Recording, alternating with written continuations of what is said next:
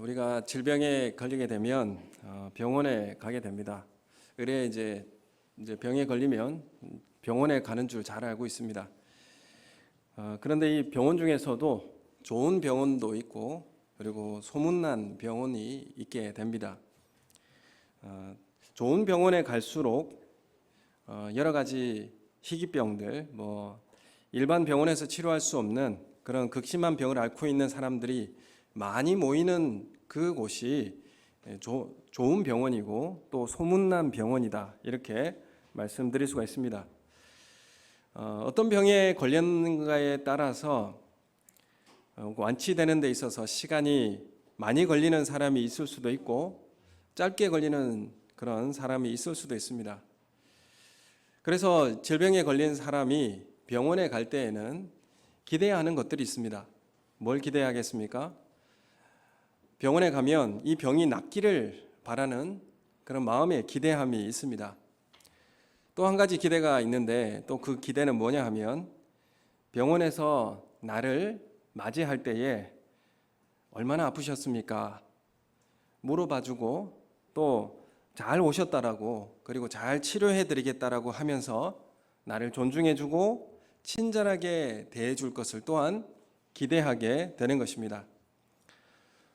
1차 병원에서 검사를 해보니까 이 병원에서는 치료할 수가 없어서 3차 병원으로 소견서를 써서 보내지게 됩니다. 그래서 이 병원에서는 고칠 수가 없으니까 큰 병원에 가서 고치십시오라고 써서 보냈는데, 그 병원에 가서 의사 선생님을 만났는데 이렇게 의사 선생님이 말을 한다면 어떨까요? 아니, 이렇게 병이 악화될 때까지 뭐 하고 있었습니까? 이 지경이 될 때까지 아무런 검사도 안 하고 조치도 안 하고 있었습니까? 라고 다그친다면, 그렇게 1차 병원 거쳐서 큰 병원까지 왔는데 이런 이야기를 듣는 환자의 입장은 질병에 걸린 것도 서럽고 힘든데 마음이 더 불편할 것이고 환대받지 못하고 존중받지 못하는 그런 기분을 느끼게 될 것입니다. 오늘 9장 13절의 말씀을 대할 때에 예수님이 이렇게 말씀하십니다. 나는 의인을 부르러 온 것이 아니요 죄인을 부르러 왔다, 이렇게 말씀하십니다. 교회가 예수 그리스도의 몸이라고 할 때에 그러면 교회는 예수님이다, 이렇게 말씀드릴 수가 있습니다. 그렇다면 주님은 지금도 교회를 통하여서 누구를 부르실까요? 죄인을 부르고 계시는 것입니다. 예수님 지금도 교회를 통해서 죄인을 부르고 계십니다. 그래서 교회는 의인들의 모이는 곳이 아니라 죄인들의 모임이라는 것을 알게 됩니다. 좋은 교회라고 하면 뭐가 될까요? 그러면 많은 죄인들이 모이는 곳이 좋은 교회라 말씀드릴 수가 있겠습니다. 그래서 교회가 죽음의 질병을 가진 죄인의 모임이라고 한다면 좋은 교회, 소문난 교회는 이 죄의 문제가 치료되어지고 그리고 회복되어지는 교회가 좋은 교회가 될 것입니다. 또한 한 가지는 죄인들을 환대하고 존중해주고 또 낫기까지 기다려줄 수 있는 그런 교회가 좋은 교회가 되지 않겠습니까? 그럼 우리 교회가 이런 좋은 교회가 되기를 예수님의 이름으로 소원합니다. 오늘 등장하는 사람이 있습니다. 그 사람은 세리입니다. 세리이고 마태라고 소개하고 있습니다. 마태는 오늘 읽은 이 마태복음을 기록한 사람입니다. 그리고 예수 그리스도의 제자이기도 합니다. 그래서 처음 자신을 소개하면서 등장할 때에 세리였음을 이제 소개하고 있는데, 세리라고 하는 사람은 죄인 중에서도 유대인들이 상종하지 않는 사람이었습니다. 약탈자고 범죄자고 살인자로 그렇게 여기진 취급을 받았습니다. 세리들은 유대인들의 규정에 부정한 사람이라고 취급을 받아서 식사의 자리에 함께 할 수 없는 그런 사람들이었습니다. 가버나움이라고 하는 지역에 마태가 살고 있었는데, 이 가버나움은 로마 군대가 상주에 있을 정도로 중요한 도시였습니다. 왜냐하면 이집트에서 북쪽으로 갈 때에 동서로 이렇게 가는 그 길목에 있었던 중요한 위치였기 때문에 로마 군대가 주둔해 있었고 로마 세관이 있었습니다. 왜냐하면 길목에 통행세를 받아야 하기 때문에 그렇죠. 그래서 마태는 이곳에서 통관세를 징수하는 로마의 세관으로 앉아 있었습니다. 그래서 마태를 모르는 사람이 이 지역에 없었습니다. 모두 다 마태를 세리인 줄로 다 알고 있었고, 왜냐하면 세금을 징수해야 되면 누구를 찾아가야 됩니까? 마태를 찾아가야 하는 것이죠. 그래서 그 지역에 있는 사람들은 마태를 모르는 사람이 없었습니다. 세금을 거두는 사람들 중에 세금을 거두는 사람이 있고 또 세관에 앉아서 세금을 이제 받는 사람이 있습니다. 두 사람 중에 거두러 다니는 사람보다 앉아서 세금을 징수받는 사람이 더 이제 좋은 이제 이권을 가진 사람이 됩니다. 왜냐하면 이 세리들이 자신의 직업을 유지하기 위해서 로마 당국에 얼마를 바치고 그리고 나머지는 자신들이 알아서 거두어 드려야 했기 때문에 얼마든지 그 문제 착폭을 할 수가 있었습니다. 그래서 이 세리는 허가받은 도둑이었죠. 그래서 동족들에게 세금을 거두어 드려야 하기 때문에 말 듣지 않으면 로마 병사도 동원하고 협박하고 그렇게 세금을 거두어 드린 것입니다. 그렇기 때문에 민족들에게 있어서는 마태는 피를 빨아먹는 그런 매국노로 여겨지게 되었습니다. 그래서 이 세리 마태는 유대인들에게 있어서는 접촉할 수 없는 그런 부정한 사람이었고 식사도 함께 할 수 없는, 식사조차는 뭐 생각도 할 수 없는 그런 존재였습니다. 세리가 가장 중요하게 여긴 게 무엇이겠습니까? 세리 마태가 가장 중요하게 여기는 가치는 첫 번째 돈이었고, 그리고 그 돈을 지키기 위해서 가지는 힘과 그리고 법이 이 마태에게 있어서는 가장 소중한 것들이었습니다. 예수님은 마태가 세관에 앉아 있는 것을 보시고 뭐라고 말씀을 하십니까? 예수님은 9절에 우리 함께 9절 말씀 함께 읽겠습니다. 시작. 예수께서 그곳을 떠나 지나가시다가 마태라 하는 사람이 세관에 앉아 있는 것을 보시고 이르시되 나를 따르라 하시니 일어나 따르니라. 아멘.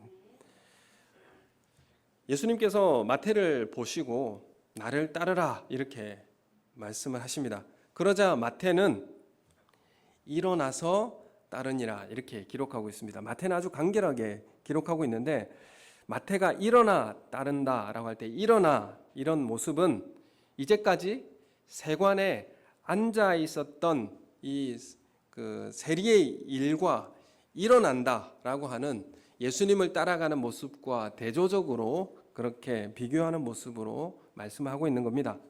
그래서 앉아 있다가 예수님을 따라가기 위해서 일어선 것입니다. 그래서 이 누가복음에도 같은 내용이 담겨 있는데 누가복음식으로 말하면 그가 모든 것을 버리고 일어나 따르니라 이렇게 말씀하고 있습니다. 마태에게 있어서 모든 것은 무엇일까요? 마태가 가지고 있는 모든 것 그것을 버리고 일어나 따르니라 이렇게 누가복음에는 기록하고 있습니다.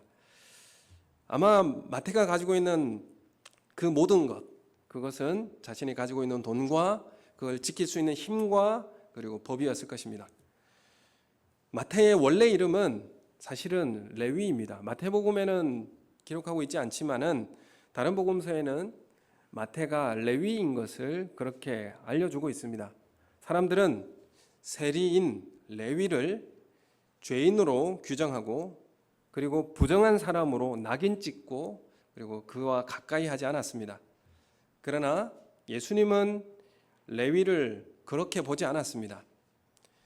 마태라는 이름도 나중에 제자가 되면서 예수님께서 이름을 바꾸어 주신 것으로 그렇게 여겨집니다.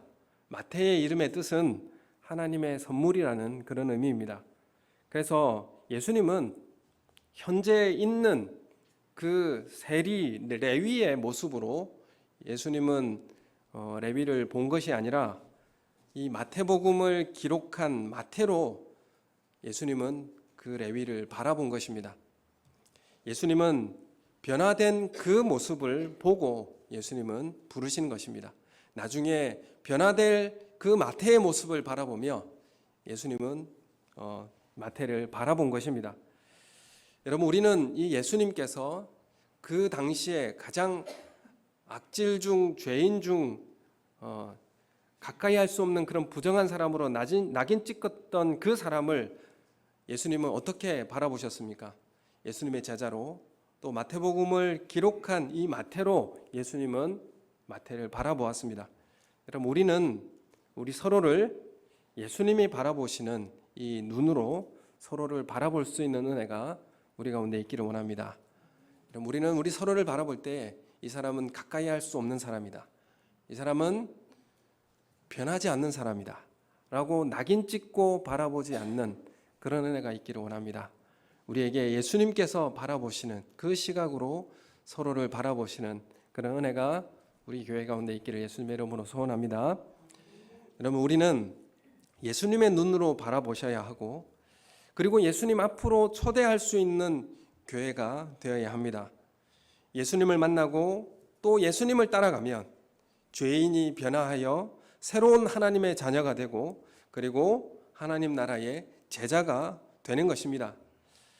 우리가 좋은 교회라고 할 때에 좋은 교회가 되기 위한 첫 번째는 우리가 서로를 예수 그리스도의 눈으로 서로를 바라볼 수 있는 시선을 가져야 한다는 것입니다.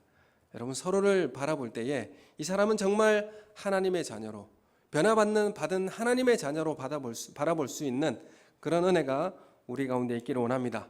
그리고 그들을 예수 그리스도 앞으로 초청하고 제자의 삶을 살도록 초대할 수 있는 그런 교회가 좋은 교회라, 그렇게 말씀드릴 수 있는 것입니다. 여러분, 어쩌면 우리가 우리 안에, 교회 안에도 우리에게 잘 짜여진 이 인간 관계가 그들을 예수 안으로 초대하지 못하게 하는 그런 요인이 되고 있진 않는지, 너무 결속되어져 있는 우리끼리의 그런 인간 관계가 그들을 예수님의 눈으로 바라볼 수도 없고 예수님께 초대할 수도 없게 하는 그런 요인이 되지 않는가, 우리 자신을 돌아볼 필요가 있습니다. 예수님은 당시에 부정하다고 했고 접촉할 수 없는 그 나병 환자에게 다가가셔서 손을 대셨습니다. 나병 환자에게 손을 대시고 치료해 주셨습니다. 손을 대지 않으셔도 치료할 수 있는데 나병 환자에게 찾아가셔서 손을 대시며 치료해 주셨습니다. 그리고 회당장 야이로, 관료의 죽은 딸, 그 딸의 몸에 손을 대시며 그 소녀를 살려내셨습니다. 당시에 시체에 손을 대는 것은 부정한 사람이 됩니다. 제의적으로 부정한 사람에 대해서 하나님 앞에 나갈 수가 없습니다. 그런데 예수님은 그 죽은 딸에게 손을 대시고 그를 살려내셨습니다. 여러분, 우리는 주님의 심장을 가지고 이웃에게 다가갈 수 있어야 합니다. 여러분, 구약의 율법은 소극적인 삶을 요구했습니다. 다가가지 말고 피하라고, 그리고 부정한 것이 우리에게 전염되는 그런 율법으로 우리에게 말씀해 주셨는데, 예수 그리스도 안에 있는 생명의 성령의 법은 예수님께서 손을 대시면 그 부정한 것이 정한 것이 되는 것입니다. 여러분, 이 시대 우리에게 예수님께서 가셨던 그 생명의 은혜의 법으로 다가가기를 우리에게 요청하고 있는 것입니다. 이런 은혜의 법이 우리 교회 가운데 드러나는 귀한 은혜가 우리 가운데 있기를 예수님의 이름으로 소원합니다.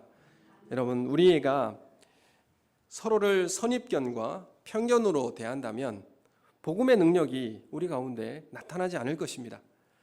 복음이 지체되고 우리가 이웃과 담이 높아지는 이유는 우리가 제한적인 교제만을 나누기 때문이 아닌가, 사실 우리는 돌아볼 수 있어야 됩니다. 나는 정말 내가 원하는 사람들과만 대화하고 있지 않는가, 내가 편한 사람들과만 대화하고 있지 않은가. 여러분, 불편한 사람과 함께 대화해 주시고 그에게 다가가서 손을 대시는 예수님처럼 우리도 그들과 함께 할 수 있는, 대화할 수 있는 그런 은혜가 우리 교회 가운데 있기를 예수님의 이름으로 소원합니다. 여러분, 우리가 늘 어울리는 몇 사람과만 만난다면 우리는 이미 편견에 사로잡혀 있는 사람이 됩니다. 여러분, 우리 교회는, 우리 소그룹은 편견이 없이 이웃이 초청되어지고, 그리고 그들이 제자로 변화되어지는 그런 길이 열려지기를 예수님의 이름으로 소원합니다. 여러분, 우리는 서로 편견이 없는 식탁 교제가 이루어져야 합니다. 예수님과 제자들과 그리고 마태는 자신들의 친구들을 다 초청해서 예수님과 함께 식사했습니다. 예수님의 마태의 친구들을 다 불렀는데, 마태의 친구들이 다 누구겠습니까? 당시에 다 세리들 아니겠습니까? 다 죄인들 아니겠습니까? 그 죄인들 다 초청해서 예수님의 제자들과 함께 모두 다 식탁 교제 식사를 나누었습니다. 마태가 식사하는 이 자리는 잔치의 자리였습니다. 왜냐하면 마태는 그동안 살아왔던 자신의 죄를 청산하고 그 자리에 많은 사람들을 초청해 놓고 자신의 그 과거의 불법적 삶을 청산하겠다라고 선언하는 자리이기 때문에 그 자리는 잔치의 자리가 되는 것입니다. 죄와 결별하겠다라고 하는 그런 이별의 선언이 있었던 곳이 바로 그 식사의 자리였습니다. 좋은 교회는 이런 천국 잔치가 열리는 교회입니다. 여러분, 우리 교회에 이런 식탁 교제가 이루어지길 원하고 이런 천국 잔치가 열리는 교회가 되시기를 예수님의 이름으로 소원합니다. 여러분, 우리는 말씀을 대할 때마다, 그리고 우리가 소그룹으로 말씀을 나누고 그래야 해서 그 말씀이 나의 죄가 드러날 때에 내 죄를 고백하고 그 죄와 결별하겠다라고 하고 선언하는 그런 천국 잔치가 열려지는 교회가 되기를 예수님의 이름으로 소원합니다.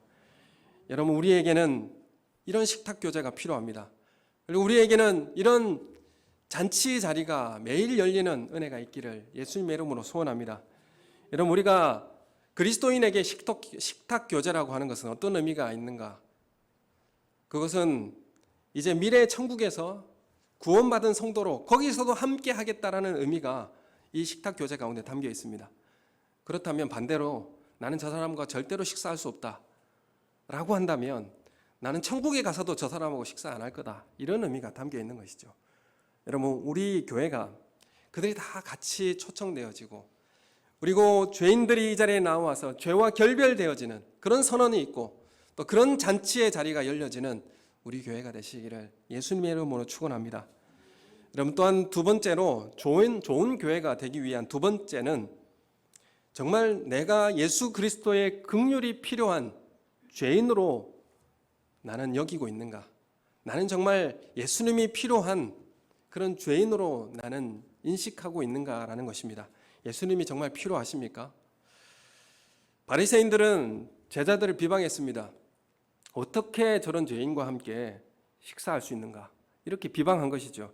그렇게 하면서 제자들의 리더인 예수님을 비판했습니다. 예수님은 12절 하반절에 이렇게 말씀하시죠. 우리 12절 말씀을 우리 함께 읽겠습니다. 시작. 예수께서 들으시고 이르시되 건강한 자에게는 의사가 쓸데없고 병든 자에게라야 쓸데있느니라. 아멘. 병든 자에게 의사가 필요하다는 뜻이죠. 내가 죄로 병들었으니 의사인 예수님이 필요합니다. 그런 의미입니다. 그런데 나는 의사가 필요 없다라고 하고 비방하고 자기 의가 가득한 사람에게 예수님은 그 사람에게 가지 않겠다, 그런 의미가 여기에 담겨 있는 것입니다. 나는 정말 예수님이 필요한 존재이십니까? 나는 정말 예수님이 필요하다고 하는 증거가 우리 가운데 있습니까? 그러므로 나는 그 죄를 버리고, 죽음의 질병인 그 죄를 버리고 예수님을 따라 제자의 길을 걸어가는 증거가 우리 가운데 있습니까? 여러분, 내가 정말 예수님이 필요하다라고 고백한 사람에게 있어서는 제자의 길을 걸어가는 증거가 있습니다. 유럽의 기독교 인구가 많이 줄어들고 있다고 합니다. 그건 이전부터 알고 있는 사실이고요. 우리나라도 기독교 인구가 급속하게 줄고 있습니다. 코로나 이후에 더 급속히 줄고 있는 현상을 우리는 보게 됩니다.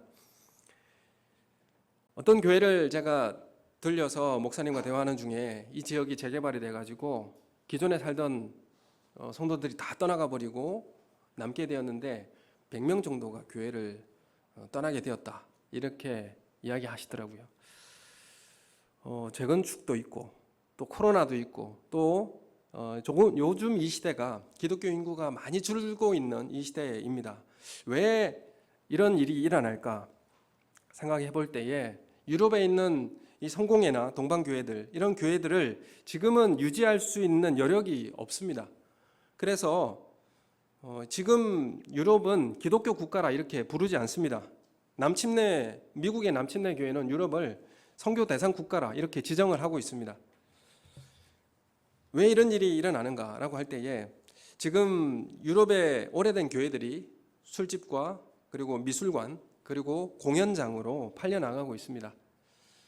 왜 기독교 인구가 많이 줄어들까라고 하는 것을 연구해 볼 때에 대체적으로 사람들이 안전하고 편안하고 예측 가능한 환경에서 살게 되면 하나님을 의지할 필요가 없다라는 그런 생각을 하게 된다고 합니다. 굳이 하나님 필요 없다는 것이죠. 병이 들면 병원에 가면 되고, 그리고 부족하면 돈을 벌면 되고, 그런 것이 불편만 하면 돈을 벌게 되면 되고, 또 우리는 즐겁게 하기 위해서는 즐거운 데 가면 되는 것이고, 그래서 굳이 하나님 의지할 필요가 있는가, 하나님은 굳이 필요한가, 그런 말이 되는 것입니다. 그리고 또한 고소득 국가가 될수록, 복지 국가가 될수록, 연금을 많이 받는 그런 나라가 될수록 기독교인이 줄어드는 그런 보고가 있습니다. 일정 부분 교회가 이전에는 이런 복지 부분을 교회가 맡아서 했지만 이제는 국가가 이 복지를 전문적으로 진행하면서 교회로 사람들이 올 이유가 없어지는 것입니다. 그리고 또 한 가지 이유는 과학의 발달, 이성의 수준이 높아지고, 그리고 높아진 교육 수준, 그리고 교회 내에서 들려오는 부패와 비상식적인 그런 소문들, 그리고 교회 대신 여행과 여가를 중요하게 여기는 주 5일째 정착도 큰 이유로 꼽히고 있습니다. 이 체코라고 하는 이 나라의 청년들을 대상으로 설문조사한 내용이 있는데 90% 이상이 신의 존재 자체를 믿지도 않고 굳이 필요한가, 이런 설문 결과가 있습니다. 유럽의 대부분의 젊은 층은 60% 이상이 하나님의 필요성도 알지 못하고 다 신의 존재조차도 필요 없다라고 생각하는 무교라고 대답을 했습니다. 영국의 종교사회학 교수인 스테판 블리번트 교수는 이런 말을 합니다. 유럽에서 기독교는 100년 내로 사라질 것이다, 이렇게 예측을 했습니다. 기독교인들이 사라지는 근본적인 이유가 뭡니까? 굳이 하나님을 의지할 필요가 있는가? 여기에 있습니다. 하나님을 의지할 필요가 없어지면 어떻게 되겠습니까? 교회는 문화의 한 부분으로 남게 될 수밖에 없습니다. 슐라예르 마허라는 현대 신학자가 있습니다. 이 슐라예르 마허는 그 당시에 인문학의 발달과 과학의 발전으로 인해서 기독교가 무슨 기적이 있느냐, 이런 하나님이 무슨 하는 신이 있느냐라고 하는 이런 멸시받는 그 시대에, 공격받는 그때에 이렇게 기독교를 변증했습니다. 신앙이라고 하는 것은 절대적인 존재에 대한 의존 감정이다. 우리에게는 모두 다 절대적인 존재에 대한 의존 감정이 있다. 그게 바로 신앙이다. 이렇게 주장을 했습니다. 그래서 절대적인 의존 감정이라고 한다는 것은 왜 있겠습니까? 절대적인 존재가 있기 때문에 그 의존 감정이 있다라는 것을 변증한 사람이죠. 그래서 이 시대에 정말 하나님을 의지하는 그 사람이 정말 그리스도인으로서 살아갈 수가 있는 것이고, 정말 나는 죄인으로 예수님이 필요한 삶인가, 이런 고백이 우리 가운데 있어야 한다는 것입니다. 마태는 마태복음을 기록하면서 자신의 이름을 어떻게 소개하는가? 10장 3절에 보면 12제자를 부르실 때에 이름들이 나열되고 있습니다. 그 제자의 명단에 자신을 이름을 기록하고 있는데 자신의 이름을 뭐라고 쓰느냐 하면 10장 3절에 보면 세리마태라고 자신을 소개하고 있습니다. 세리마태라고 소개하는 건 어떤 의미겠습니까?